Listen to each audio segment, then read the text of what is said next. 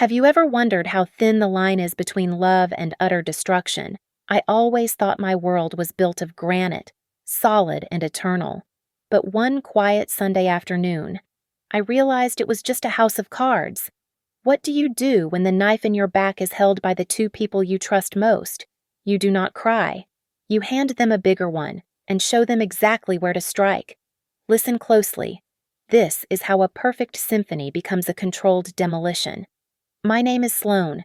I am a senior strategic analyst at Innovatech Dynamics, which is just a sterile, futuristic name for a company that gets paid billions to tell other companies how to think.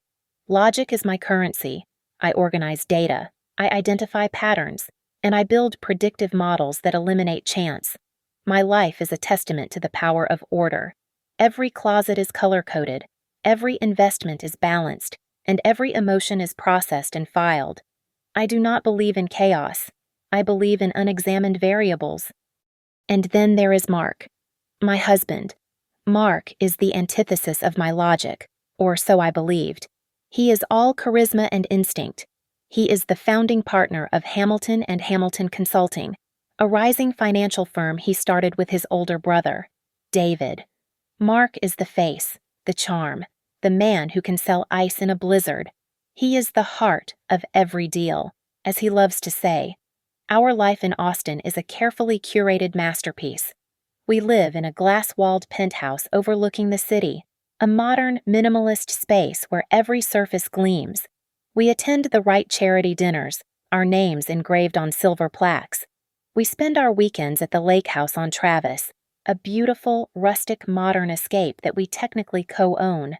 Though it was always my sanctuary, we are, by every metric, a power couple.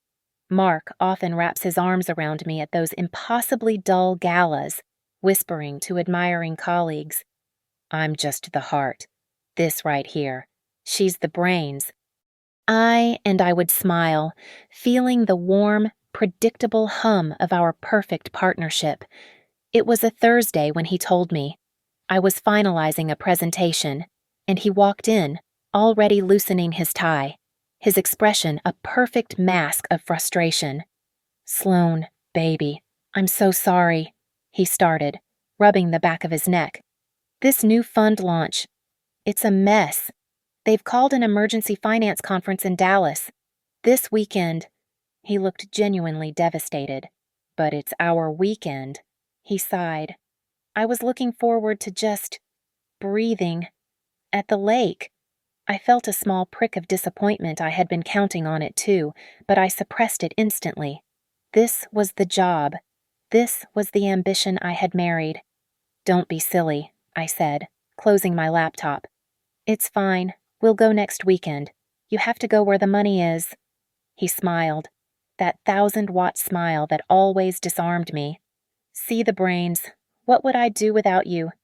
That night, I packed his weekend bag. I pressed his shirts, ensuring the creases were sharp enough to cut. I packed his favorite cufflinks, the ones I gave him when they closed their first big deal. I kissed him goodbye Friday morning, and he held me a little tighter than usual. "I'll miss you," he murmured. "It's going to be so boring." Saturday evening was quiet.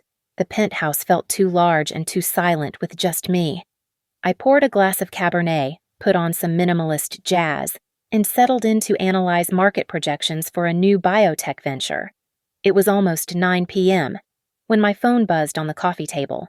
A simple, sterile notification motion detected at Lake House front door.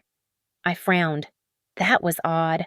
I opened the security app, my mind already cycling through the logical possibilities. A deer, a raccoon, perhaps a branch knocked down by the wind. The system was overly sensitive. I tapped the live view icon. The feed flickered, then resolved. It was not a deer. It was Mark. He was standing on the porch, his back to the camera, punching in the code. The door beeped and clicked open. I felt a strange lurch, a mix of confusion and irritation. Had he canceled the conference? Why would he drive to the lake house without telling me he pushed the door open? But he did not go in. He turned. He was not alone. He was laughing, his arm wrapped tightly around the waist of a woman I recognized vaguely. Tessa, a local influencer, all bright teeth and manufactured candid moments, someone I'd seen at a fundraiser once. He pulled her close, and she giggled, her head tilting back. And then, right there, directly in the unblinking, high-definition eye of my security camera, he kissed her. It was not a friendly kiss. It was deep, possessive, and practiced. He kissed her, and she kissed him back, her hands tangling in the hair at the nape of his neck, the hair I had smoothed down just yesterday. They stumbled inside, still locked together, and the heavy wooden door swung shut. The wine glass slipped from my hand. It did not shatter, just thudded onto the thick Afghan rug, spilling a dark red stain that looked like blood. I did not move. I could not feel my fingers. My entire body was encased in an ice so profound it burned. Dallas. The word echoed in the silent, empty penthouse. Dallas. A lie. A simple, stupid, blatant lie. He had not even tried to make it creative. He had packed his perfectly pressed shirts, kissed me goodbye with that look of feigned disappointment, and driven straight to our house, our sanctuary, with her. My first impulse was primal. Call him. Now.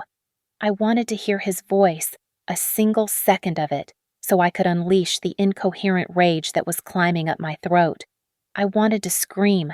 I wanted to demand, to accuse, to destroy the calm of his stolen weekend. My thumb hovered over his name. Mark, in my favorites list. But then, the other part of me spoke. The part that had gotten me to this penthouse, to this life. The analyst. Its voice was cold and quiet, a whisper beneath the storm. Do not react. Observe. Gather data.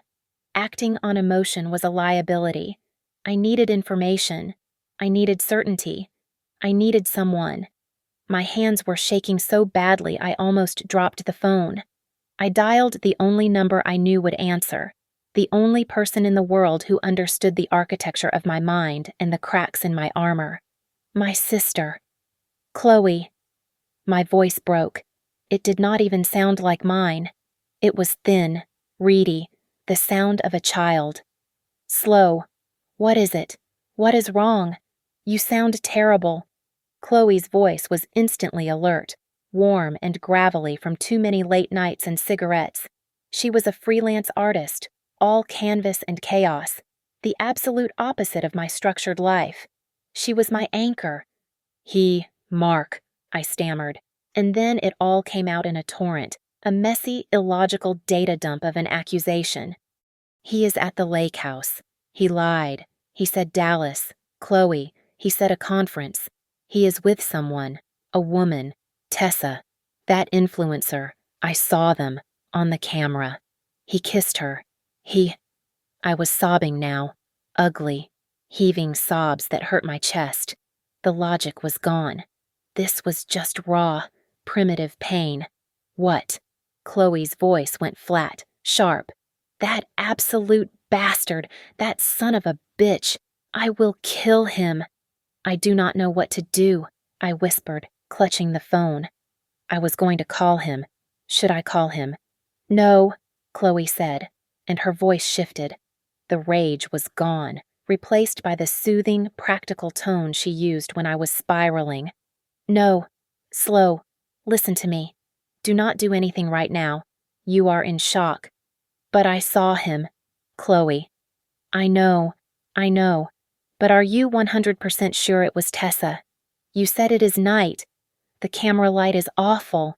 What if it is just a colleague A client from Dallas he brought back? You know how he is. I hesitated.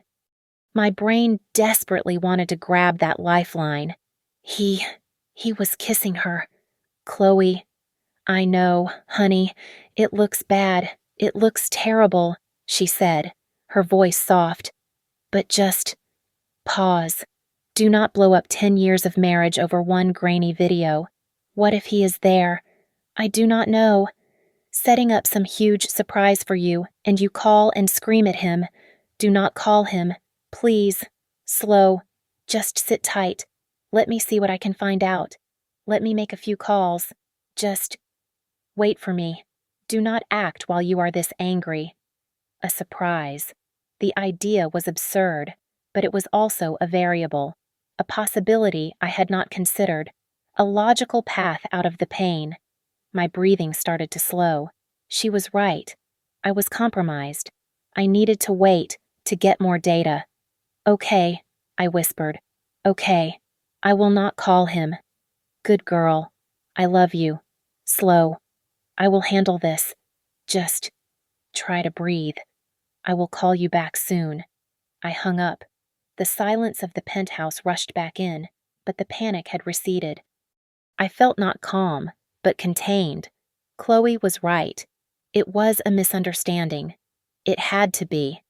I sat in the dark, the red stain on the rug staring up at me, and I stared at the blank screen of the security app on my phone.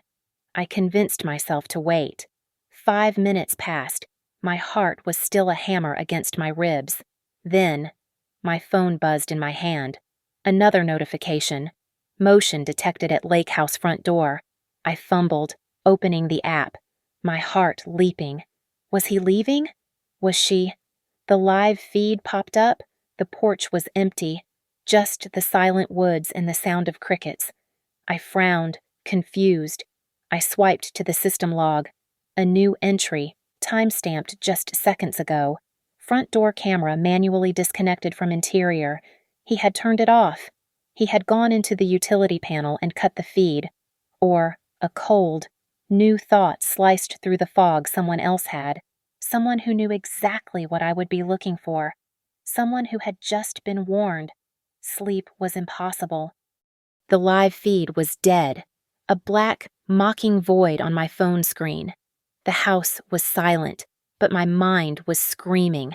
It was running backwards, desperately trying to find the point where the data corrupted, where the logic failed.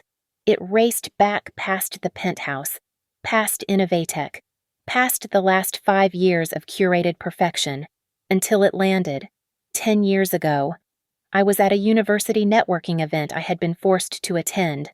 I was in the corner, analyzing the flow of social traffic, when he found me. Mark.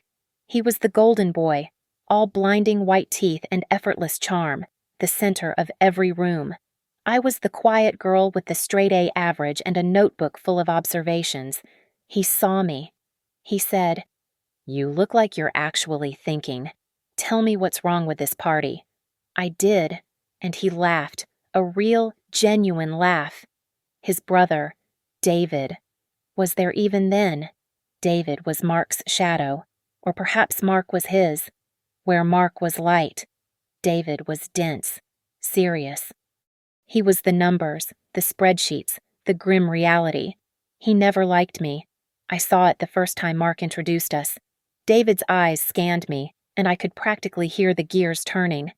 "She's calculating," he told Mark later, as if I were a balance sheet he was auditing. I will never forget Mark's response. He had pulled me aside, furious at his brother. "He's just jealous," Mark had said, cupping my face. I told him you're the smartest person in the room. He's not used to that. He'd protected me. He'd chosen me over his own brother's judgment. Then, our wedding. It was at a small vineyard, just as the sun was setting. I remember the breeze, and the smell of jasmine, and the words he spoke, his vows. He'd tossed his prepared notes. "You are my anchor, Sloane," he said, his voice thick with emotion, his eyes locked on mine. "Before you, I was just ideas. No substance. I'd just drift. You make me real." I believed him. I believed every word. We built everything from nothing. Hamilton and Hamilton Consulting. It started in their tiny, shared apartment. Mark was the voice, the pitchman, the one who charmed millions out of skeptical investors. David was the engine, the silent, tireless operator who made the promises work. And I was their secret weapon. Though I was building my own career at Innovatech, my nights were spent with them, mapping out strategies, drafting business plans, and finding the flaws in their models long before their clients did. We were a team, unstoppable, and the lake house. That was my dream. I had found the listing, an overgrown plot of land with a rundown cabin. I saw the potential. I showed it to Mark as a someday project. For our 5th anniversary, he surprised me. He had bought it. He had torn down the cabin and built our dream house from the scratch. Glass walls overlooking the water, a massive stone fireplace. A sanctuary for my queen, he'd said, presenting me with the keys. It was the single most romantic gesture of my life. I was clinging to that memory, to the warmth of the fireplace and the weight of the keys in my hand, when a cold sliver of another memory pierced through it. David had been furious about the house. It wasn't just disapproval, it was a full-blown screaming fight. I had overheard it, coming back from a walk. "It's a waste of company cash. Mark," David was shouting, his voice echoing from the half-finished deck. "We can't afford this. This is irresponsible." I'd shrunk back, embarrassed. Mark had handled it. He'd come out later, his arm around me, smiling that easy smile. "David's just stressed," he'd said. "The markets are tight." He'd kissed me, and I'd forgotten all about it. Until now, sitting in the dark, staring at a dead camera feed, I remembered the rest of it. David had been right. The company was tight on cash, but Mark had bought the house anyway. He hadn't used his personal funds. He had pulled a massive 6-figure sum directly from their joint investment fund, the one that was supposed to be for the business. He had bought my dream by betraying his brother's trust. That cold, hard memory of David's fury yanked me out of the past and slammed me back into the present. The last 6 months, my analyst brain, now fully awake and terrified, began to scan the data. It did not just start tonight. The vulnerabilities were there. I had just labeled them as assets. Mark's secrecy. I had called it focus. He had become increasingly guarded about his finances. He started taking private client calls late at night, pacing on the penthouse terrace, his voice a low, urgent murmur. When I'd ask, he'd kiss my forehead and say, "Just managing expectations, baby. Boring stuff." The money. I managed our personal accounts, but he managed the business. About 4 months ago, I noticed a series of large, unusual withdrawals from our joint savings. Tens of thousands of dollars. Gone. When I presented him with the spreadsheet because, of course, I had a spreadsheet he had been so convincing, he'd looked pained, almost embarrassed. "Sloan, it's a personal investment," he'd said, taking my hands. "A bit high risk, high reward. You know David, he's a pessimist. He'd panic and shut it down. I don't want to worry him until it pays off. Trust me." And I had. God help me. I had trusted him. I had even actively helped him conceal it, moving funds around to make sure our joint statements looked normal, that David wouldn't see the temporary deficit. I thought I was being a supportive partner, protecting my husband's entrepreneurial spirit from his cautious brother. I had been his accomplice. The little things, the variables I had dismissed as statistical noise. He'd set a new passcode on his phone about 3 months ago. For 10 years, we'd had no secrets, no locked screens. "It's this new security protocol from the office," he'd said. "They're making us all do it. ET compliance." Innovatech had a similar policy, so it seemed perfectly logical. I hadn't even bothered to ask for the code. He had also been spending so much more time with Chloe, my sister. The thought hit me with the physical force of a slap. I sat up straight on the sofa, the blood draining from my face. No, not Chloe. But the data was right there, refusing to be ignored. The financial crisis Chloe had been going through.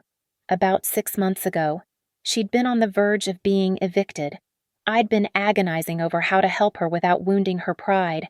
And then, miraculously, Mark had stepped in. "Let me handle it," he'd said, his arm around my shoulder. She's proud. She'll take it better from me. Man to man. Well, You know what I mean. I'll frame it as a short-term, no-interest loan. She won't feel like a charity case. He had been so wonderful, so generous. He'd met with her, alone, multiple times. He had given her money. My husband, helping my sister. I had cried to him, thanking him for being the man he was, for loving my family as his own. Now, I replayed every secret lunch he'd had with her, every quick coffee to check on her. Every time my phone log showed he'd spoken to her, I'd felt a wave of gratitude. Now, sitting in the dark, staring at a dead camera feed from a lake house where my husband was with another woman, every single one of those meetings felt grotesque, tainted, a conspiracy. The call I'd just made to her, her hesitation, her immediate practiced response to calm me down. Let me find out. Oh, God. She wasn't finding anything out. She was running interference. She was part of it. My mind was reeling, a frantic search engine pulling up corrupted files. Chloe, Mark, the lake house. And then, another memory surfaced, so sharp and clear it made me gasp. My birthday, 3 months ago. I had been sorting through the digital mail, cleaning up our shared drive, when I saw it. A receipt from a high-end vintage jewelry store downtown. It was an email confirmation, sent to Mark's account but automatically archived in our shared household folder, a system I had set up. Ironically, for transparency, I opened it. The item description was specific: 1 Patek Philippe, ladies reference 4947R, rose gold. The price made my eyes water. $50,000. My heart had done a stupid, happy little flip. A Patek. I had pointed one out ages ago. A casual, "That's a work of art" comment as we passed the store window. I never thought I had been so excited. I had to physically stop myself from smiling all day. I was getting a $50,000 watch for my birthday. He was going all out. The day came. He took me to Per Se, a ridiculously expensive and beautiful dinner. We laughed, we drank champagne, and he handed me a small, beautifully wrapped gift. It was a first edition copy of a rare book on strategic theory I had been hunting for years. It was thoughtful. It was perfect. But it was not a watch. "My main gift," he'd said, his expression clouded with just the right amount of frustration. There was a shipping delay, a total nightmare. It's not going to be here until next week. I'm so sorry, baby." I'd felt a flicker of disappointment, which I immediately buried under guilt. He had just taken me to one of the best restaurants in the city. "Are you kidding?" I'd said, kissing him. "This book is incredible. The night is perfect." But a week passed. No watch. Then 10 days. I started to feel not angry, but a little hurt. The analyst in me hated unresolved data points. I finally, gently, brought it up. "Did that delayed package ever arrive?" I'd asked, trying to sound casual. Mark's reaction was a masterpiece of manipulation. He had not gotten angry. He'd looked utterly defeated. He sighed, rubbing his temples. "Sloan, God, this is so embarrassing." He'd confessed that he'd tried to buy it, but the card had been declined. He said he had been so humiliated, he could not bring himself to tell me. And just like that, the narrative shifted. He had made me the villain. I felt ashamed, materialistic, demanding. I had made my husband feel less than because his card was declined. "Mark, no," I'd said, rushing to comfort him. "I don't care about a stupid watch. I'm so sorry I even mentioned it. It doesn't matter." "It matters to me," he'd said, his voice low and wounded. "I wanted to give you the world." The final act of this grotesque play came 2 days later. He came home, a triumphant, boyish grin on his face, holding the unmistakable maroon box. "Surprise," he'd said, beaming. "I fixed the financial mess. I pulled some strings. Happy belated birthday, my love." I had burst into tears. Tears of relief. Tears of gratitude. I felt like the worst, most suspicious wife in the world. I had doubted him. I had questioned his generosity, his financial stability, and all along, he had been moving mountains to give me this incredible gift. I had wrapped my arms around him, apologizing over and over for being so foolish. I was wearing the watch right now. I looked down at my left wrist. The Patek Philippe gleamed in the dim light of the penthouse, the rose gold warm against my skin. It was heavy, solid, a $50,000 symbol of his love and my own stupid, blind guilt. I stared at the watch, the Patek Philippe, my $50,000 lie, the weight of it on my wrist, which seconds ago felt like love, now felt like a shackle. It was too heavy, too perfect. My fingers, no longer shaking, moved with cold precision. I unlocked my phone, ignored the dead security app, ignored the unanswered, unsent texts. I opened Instagram. In the search bar, I typed Tessa. Her account was public, of course. Tessa Lynn, 500,000 followers, a curated feed of brunches, exclusive parties, and pouty selfies in front of luxury cars, a digital monument to manufactured envy. My thumb began to scroll. I was no longer a wife. I was an analyst, scanning data for a discrepancy. I scrolled past sponsored posts for tequila, past videos of her dancing on a yacht, past endless, identical smiles. I scrolled back 1 week, 2 weeks, 1 month, my birthday, and then I went further, 2 months ago. There, my breath caught. It was not a gasp of pain, but a sharp, clinical intake of air. The photo was unmistakable. Tessa, raising a glass of champagne, her head tilted back in that practiced laugh. She was at a table at Per Se, my restaurant, and on her wrist, gleaming in the soft restaurant light, was a rose gold Patek Philippe, reference 4947R. My watch. I zoomed in. The details were perfect. The moon phase, the diamond-set bezel. It was the one. Her caption. He knows how to make a girl feel special. I felt a wave of nausea so profound I had to grip the edge of the sofa. It was not just the infidelity. It was the logistics, the cold, sociopathic planning. He had bought the watch for her 2 months ago. He had spent $50,000 from our accounts or worse, the company's on his mistress. And then I had found the receipt. Me, Sloane, the analyst who sees everything, who files everything. My discovery must have sent him into a blind panic. I had confronted him, not with an accusation, but with a question about a delayed package. He could not admit the truth, and he could not get the real watch back.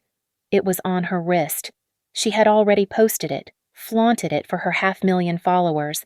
Taking it back would mean confessing to her that she was a disposable secret, and he was a coward. So, he did the next logical thing. He had lied. He had performed that perfect, heartbreaking scene of financial embarrassment. He had made me feel guilty for my own suspicions, and while I was busy comforting him, he had gone out and procured a solution. He had not pulled strings or fixed the mess. He had called a contact. He had bought a super clone, one of those high-end, indistinguishable replicas made in a Swiss back alley, so perfect you would need a master jeweler to find the flaw. He had bought me a fake. The watch on my wrist was a lie. The man I had married was a lie. The entire 10-year scaffolding of our perfect life was a counterfeit. The ice in my veins, the one that had paralyzed me with shock, now solidified. It reformed, hardening from a brittle cage into something else. It became a weapon.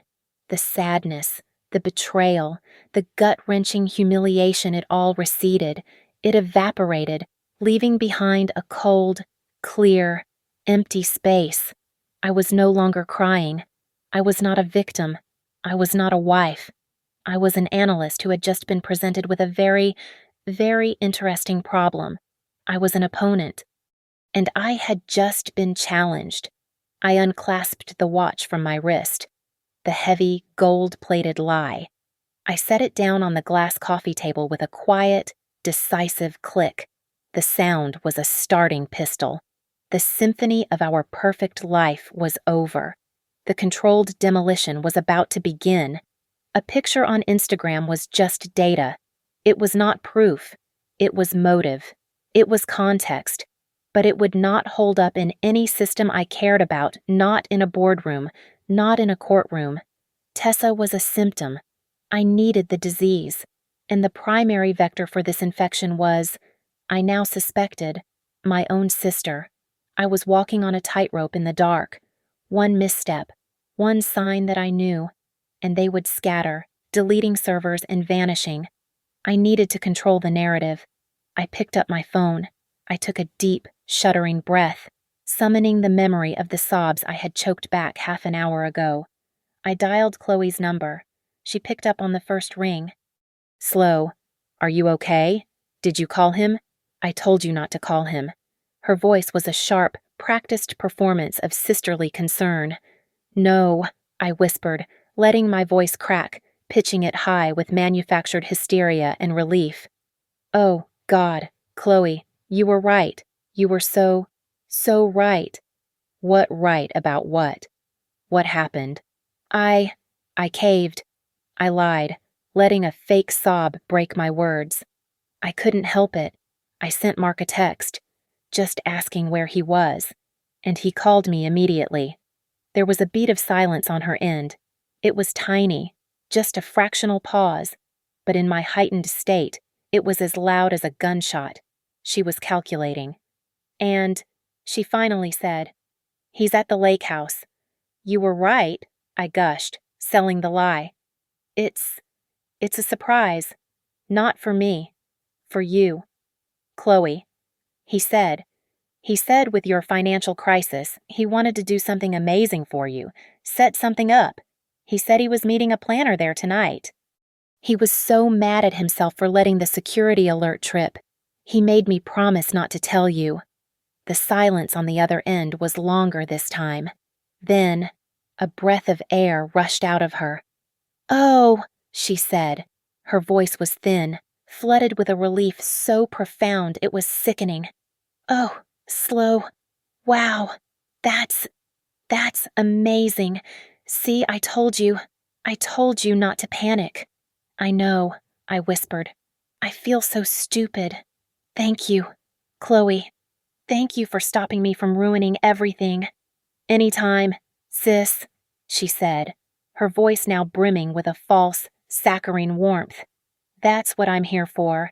You get some rest. Okay, and forget all about this. I will. I love you. Love you too. I hung up. I did not move. I just stared at the wall. She did not question why Mark would use an influencer to plan a surprise for her. She did not ask what the surprise was. She just accepted the lie I fed her, because it confirmed her own. She was in on it. My sister. My anchor. My grief lasted for a single cold second before it was replaced by pure, uncut fuel. I walked from the living room to my home office, my steps precise. I opened my laptop, the real one, the one I used for Innovatech, the one with the encrypted firewalls and the direct, secure access to the world. I had built the entire digital architecture for Hamilton and Hamilton Consulting. I had set up their servers. I had created their redundant backups. I had built every password protocol and encryption key. And I had, of course, given myself a permanent, invisible administrative backdoor. I bypassed Mark's user profile and David's. I went straight to the core server logs, the ones that showed every transaction, every transfer, every keystroke, before they were filtered into the accounting software. I started with Mark's lie, personal investment. I searched the wire transfer logs for the past 6 months using that keyword. Nothing. Of course not. Too obvious. I widened the search. I looked for all outbound transfers to new, unvetted recipients. There were dozens. Most were small, client-related expenses, but three of them were massive.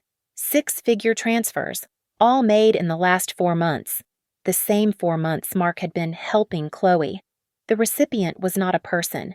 It was a corporation. A newly formed LLC. I had never heard of Lone Star Holdings. My fingers flew across the keyboard. A quick search of the Texas Secretary of State database. Lone Star Holdings, incorporated 5 months ago. A simple, anonymous filing. But who was the registered agent? Who was the organizer? My blood turned to ice. It was not Mark. It was not David. The name on the state filing, the sole officer and director of a company that had received over $300,000 from my husband's firm, was Chloe, my sister. It all slotted into place, a horrifying, perfect schematic of deceit. Tessa, the influencer, the kiss, the $50,000 watch. That was not the affair. That was the distraction. That was the cheap, gaudy, emotional smokescreen designed to blind me, to make me think this was a simple, pathetic midlife crisis. If I ever caught him, I was supposed to see that. But the real plan was this. The real plan was 1,000 times worse. This was not a crime of passion. It was a cold, calculated financial execution. Mark and Chloe, my husband and my sister, were systematically siphoning every last drop of cash out of Hamilton and Hamilton. They were loading the company up with debt, pushing all the liability onto the one man who trusted Mark blindly, David. The financial crisis Chloe was having, the personal investments Mark was making. It was a joint operation. They were planning to bankrupt the company, destroy David, and walk away with a fortune, and they were using me, my trust, and my emotional support as their cover. I closed the laptop. The screen went black, but the schematic of their fraud was burned onto my mind. It was brilliant, in its own sociopathic way. Every piece fit. David's old hostility towards me. It was not because he thought I was calculating. It was because he saw me as a financial drain. He had seen the invoice for the lake house, the receipts for the penthouse furniture, the endless charity dinners. He thought I was the one bleeding Mark dry, the wife with the expensive tastes. Mark had probably encouraged this. He had used his brother's resentment as another layer of cover, Mark's help for Chloe, his generosity. He had played me perfectly, using my love for my sister as a tool to facilitate his theft. He had made me grateful that he was meeting her, grateful that he was wiring her money. My trust was the lubricant for their entire machine. They had used me. They had used my intellect to build the company and my trust to tear it down. And Tessa, the influencer, the fake Patek. The cheap, tawdry affair I was supposed to find. It was a masterpiece of misdirection. A classic strategic maneuver create a loud, emotionally devastating diversion to hide the real, quiet, and far more significant objective. While I was meant to be grieving a simple infidelity, they were executing a multi-million-dollar heist. I stood up and walked to the glass wall of the penthouse, looking down at the lights of Austin. They looked like a circuit board. My mind was finally, blessedly clear. The fog of emotion was gone. There was only the problem and the solution. I had two distinct paths. Option A, I could call my lawyer. I could file for divorce, present the evidence of the shell company, and protect my own assets. I would be fine. I would save myself. But in doing so, the company would collapse. The debt Mark and Chloe were racking up would default, and David, the only innocent partner, would be financially annihilated. He would be left holding an empty bag, ruined by his own brother. Option B. I could save the company. I could salvage the mess. But that meant aligning myself with a man who despised me. I thought about David, his gruffness, his constant disapproval, the way he looked at me as if I were a frivolous liability. I did not like him. But he was like me, in a way. He was the engine. He was the substance. He was being systematically betrayed by the two people who should have been his closest allies. I hate injustice more than I dislike difficult people. And more than anything, I detest being used. They had made one critical error. They had underestimated me. They thought I was just the heart's wife. They forgot I was the brains. I needed David, not as a friend, but as a weapon, and he would be a difficult weapon to aim. He would never believe me. Not now.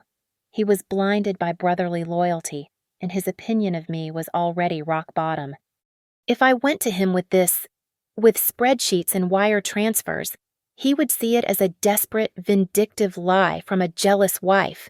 He would warn Mark, and the entire plan would go up in smoke. I could not tell David. I had to show him. I had to create a scenario where he would see the truth with his own eyes, a truth so undeniable it would shatter his loyalty. I went back to my laptop. I pulled up Mark's calendar, which I also had access to. I cross-referenced it with the company's financial projections. I looked for the final trigger, the kill switch. I found it. Next Monday, a major bond payment was due to be refinanced. Instead, I saw a corresponding wire transfer scheduled, the final, largest transfer that would empty the remaining capital reserves and send it all to Lone Star Holdings. That was the day they planned to scuttle the ship. They would need to sign the final transfer orders. They would need to be together to do it, to coordinate the final digital purge. Where would they go? Not the office. David was there. Not a coffee shop. Too public. They would need a place that was private, secure, and completely off the grid, a place with a good internet connection, where no one would dream of looking for them.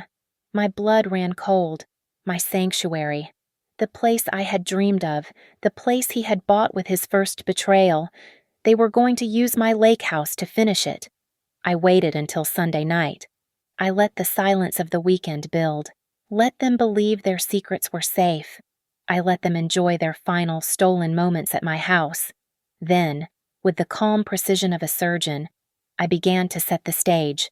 First, I called Mark. I dialed his number and took a breath, summoning the persona of the gullible, emotional wife he believed me to be. He answered on the third ring, his voice wary. "Sloan. Mark. Baby."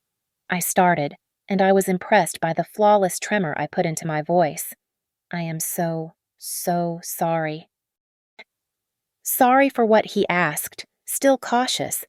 For being so cold this weekend. I've just been so stressed with this Innovatech project, and I've been, I don't know, a jealous, silly wife. I let out a small, self-deprecating laugh. My sister, Chloe, she just told me about the huge surprise you're planning for her, how you were at the lake house setting it up. Mark, I feel like the biggest fool in the world for being suspicious. The relief on his end was a palpable, audible sigh. He was buying it, all of it. "Oh, baby, no," he said, his voice instantly warm, dripping with the false sincerity that had been his greatest currency. "You're not a fool. I should have told you. I just wanted to do something nice for her. You know, you're a good man," I said, and the words almost choked me. "Listen, I have to make it up to you, but I have to go to San Francisco tomorrow. This Innovatech deal, it's a mess. I'm going to be gone for at least a week, starting Monday, but when I get back, I promise, I'm all yours."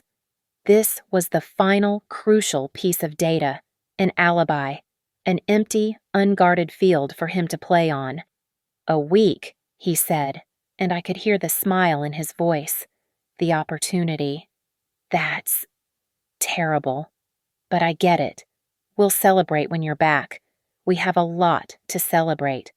"I can't wait," I said. "I love you." "I love you too, Sloan." He lied. I hung up. The act was set. He now had a confirmed gullible wife and an empty, unsupervised week to commit his grand larceny. My next step was clinical. I sat at my workstation for 3 solid hours. I was not a wife. I was a forensic analyst. I moved through the Hamilton and Hamilton servers with administrative-level clearance. I copied everything.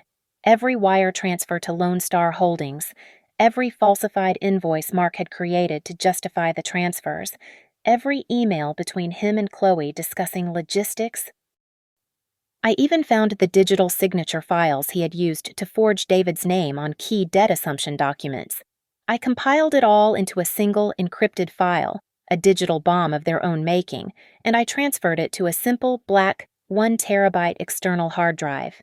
Now, for the trigger. I picked up the phone. This call was the variable I could not entirely predict. I dialed David. He answered gruffly. As always. What? David, it's Sloan. I know who it is. What do you want? It's Sunday night. David, I know you don't like me, I said, cutting straight to the point, and I don't care, but I think Mark is in serious trouble. What kind of trouble? His voice was flat, annoyed. Did he overspend on your allowance? I ignored the jibe. Not money trouble. I lied. Something worse. I think he's involved with drugs. I think he's with some very, very bad people. He scoffed. You're insane. Mark's not a junkie. He's irresponsible, but he's not that. He's been acting erratically. David, taking money from our accounts, lying about where he is. I'm scared. I think he's at the lake house right now, with them. This was the narrative he would believe Mark, the impulsive younger brother, falling in with a bad crowd. Not Mark, the cold-blooded criminal. He's at a conference in Dallas, David snapped, but for the first time, I heard a flicker of uncertainty. He was supposed to be in Dallas. That's what he told me too, I said, letting my voice fill with panic. But the security system alerted me. I think he's there. David, I think he's in danger. This is ridiculous, he said, but he hadn't hung up. I hope I'm wrong, I whispered. I really do. But if you care about him, you should go. Just check on him. I paused, then delivered the key. The gate code is 1804. It's your mother's birthday. I hung up before he could respond. He would go. His pride would be furious, but his protective older brother instinct, the one Mark had preyed on for years, would be screaming. I looked at the hard drive. David was my first move, but he was compromised by emotion. I needed a second, more logical move. A failsafe. I picked up a new, prepaid burner phone I had purchased for cash 2 hours ago. I dialed the non-emergency line for the Austin Police Department. When the operator answered, I pitched my voice low. Anonymous. I'd like to report a crime in progress. It's an active case of white-collar fraud. A company called Hamilton & Hamilton Consulting is being systematically defrauded by one of its partners, Mark Hamilton, through a shell corporation. Ma'am, do you have any? The shell company is Lone Star Holdings, registered to a Chloe. They are currently at this address. I gave the lake house address, transferring the final assets as we speak. You need to get there now, or the money will be gone by morning. I gave them the details of the pending Monday transfer. The evidence is on their laptops, right now. I ended the call and tossed the phone into a public trash can. The board was set. It was Monday night. I was not in San Francisco. I was in a black, rented sedan, parked in the shadows of an access road about 500 meters from the lake house. The engine was off. The only light came from my phone, streaming a high-definition thermal feed from a micro-drone I had nestled in the branches of an oak tree that afternoon. I watched the digital heat signatures. Mark's silver BMW was there. Chloe's red Mini Cooper was parked right behind it. They were inside, comfortable, probably finalizing the transfers, probably opening the champagne. Then, new headlights tore through the darkness, moving too fast. A black SUV. It did not slow down. It screeched to a halt on the gravel, a cloud of dust rising. David. He was out of the car before it had fully stopped. A figure of pure, frantic energy. His face, even on the grainy feed, was a mask of anger and raw panic. He was not the cold accountant. He was the terrified older brother, here to save Mark from the drug dealers I had invented. He sprinted for the front door. I picked up my burner phone, the one connected to the police unit waiting just down the road. He's in, I said, my voice perfectly flat. I gave the code to his brother. I watched the thermal blob of David's hand punch the numbers 1804, their mother's birthday. He slammed the door open and charged inside, shouting Mark's name. The drone had no audio, but I did not need it. I could see the scene perfectly in my mind. David, braced for a meth lab or a cartel meeting, bursting into the living room and finding what not drugs, not danger. He would find his brother, Mark, and my sister, Chloe. They would be standing by the fireplace, laptops open, a stack of financial documents on the coffee table, raising champagne glasses in a toast. I pictured the moment of absolute, paralyzing confusion. David, stunned, silent. The drug lie evaporating instantly. Mark and Chloe, frozen, their faces turning from celebration to horror. And then, Mark, his eyes meeting his brother's. He would not see a savior. He would see the witness. He would see the trap. He would know, instantly, that this was not about David's fear. This was about mine. Sloan. I could almost hear him scream it. This is your doing. Right on cue, his phone, the one on the table next to the binders, would ring. He would look down and see my name. He would snatch it up, his voice a roar of pure, unadulterated rage, screaming into the receiver before I could even speak. I would cut him off. My voice, by contrast, would be cold, quiet, and clear. Look out the window, Mark. There would be a pause. A moment of confusion in his rage. He would turn his head, his eyes drawn to the large, dark windows that faced the long, wooded driveway. He paled when the police arrived. The darkness of the woods was gone, obliterated. The entire property was suddenly and silently flooded with light.